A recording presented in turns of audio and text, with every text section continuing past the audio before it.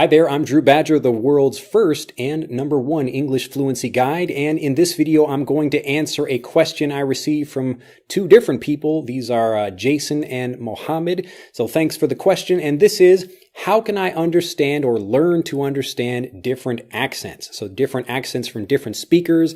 Not only in America are there different accents depending on where you live, like the North or the South or the East or the West or the Midwest. There are lots of different ways that people speak, even if they're using the same words.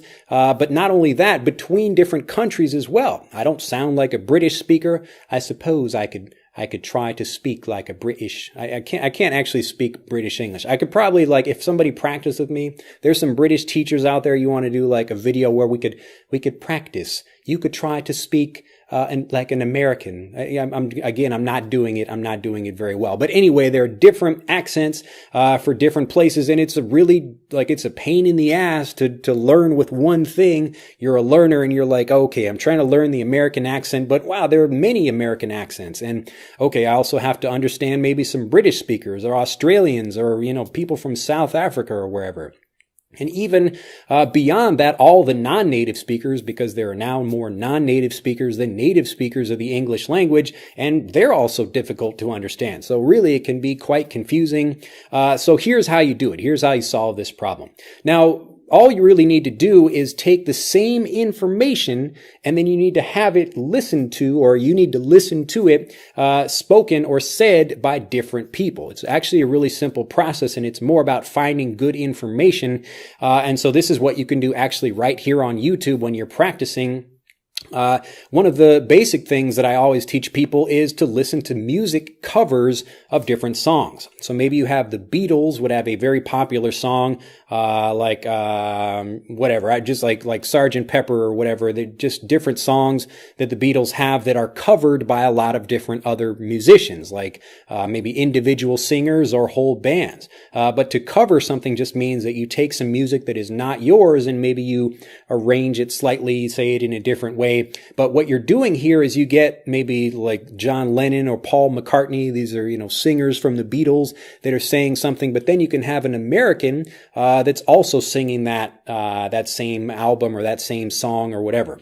I think like the soundtrack to the movie I Am Sam, it's like nothing but covers of the Beatles. So if you listen to the actual Beatles song, but then listen to some other artist saying the same thing, it expands your range for being able to understand different speakers. So maybe, like, again, a British person is saying it or singing something in the case of a song, or you get maybe an American or an Australian, anybody like that. So if I'm thinking like even, children's music, you can get different versions of this in, like, just go on YouTube and look up like children's songs, and you'll hear the different versions of that depending on if it's like British, whatever. Like look up even like Five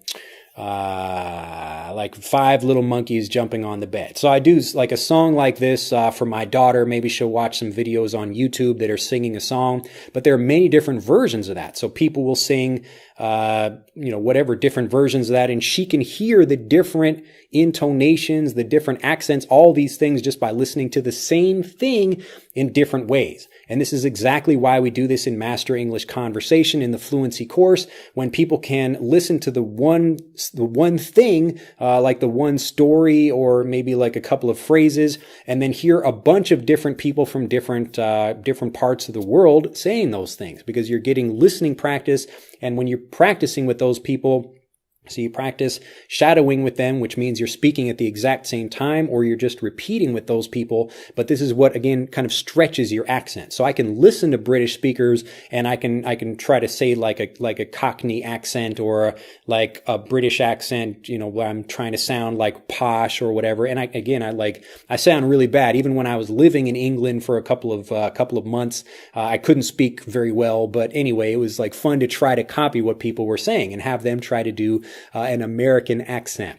Anyway, if you're listening to people doing these things, it's really easy. So music covers is one way to do it. Another is looking for maybe quotes by, like, famous quotes. So you look right up on YouTube for famous quotes by somebody, or a famous speech, or a famous play, or a famous again, anything that would be spoken by a number of people. So it could be a famous story, a famous song, anything like that. But again, you're looking for different versions of that thing spoken by different people. And also, if you can, people from different countries. So America, Britain, Canada, Australia, any English-speaking country, or anybody really around the world that's saying that particular thing. So this is how you do it. This is how you develop the habit of doing it. You don't just listen to one person, like don't just listen to me say something. You got to get lots of different people, just the same way a native speaker does. And over time, not only listening, but you try to repeat what they say. So it's not just listening. You have to say it back. You have to repeat it along with people, or shadow. Again, you're saying it at the same time people do, but that's what helps you get really excited and truly able to understand all these different things. So it's the really simple thing, same content, different people, different, however many different people you can get. But the more you can get, the better. Well, I hope I have answered that for both Jason and Mohammed, and for anyone else that's, trying to figure out how to understand native speakers with different accents. But anyway, hopefully that solves it for you and you get out and you practice. Remember, it's not about just listening to people. It's about developing the habit of a native English speaker. So learn like a native English speaker if you want to sound like a native English speaker and be able to listen like one. Well, that's it for this video. I hope you have enjoyed it. If you have, do click that like button. Become a subscriber to the YouTube channel if you haven't already. And most importantly, if you struggle not only with maybe your accent or your listening in general, or you have any other problems with your fluency, click on the link in this video or on the link in the description below this video to take our free English fluency quiz. It will help you focus on exactly what you need to improve in order to become a confident, fluent speaker. And I look forward to seeing you as you take that quiz. Have a fantastic day. Click on the link to take that quiz, and I will see you in the next video. Bye-bye.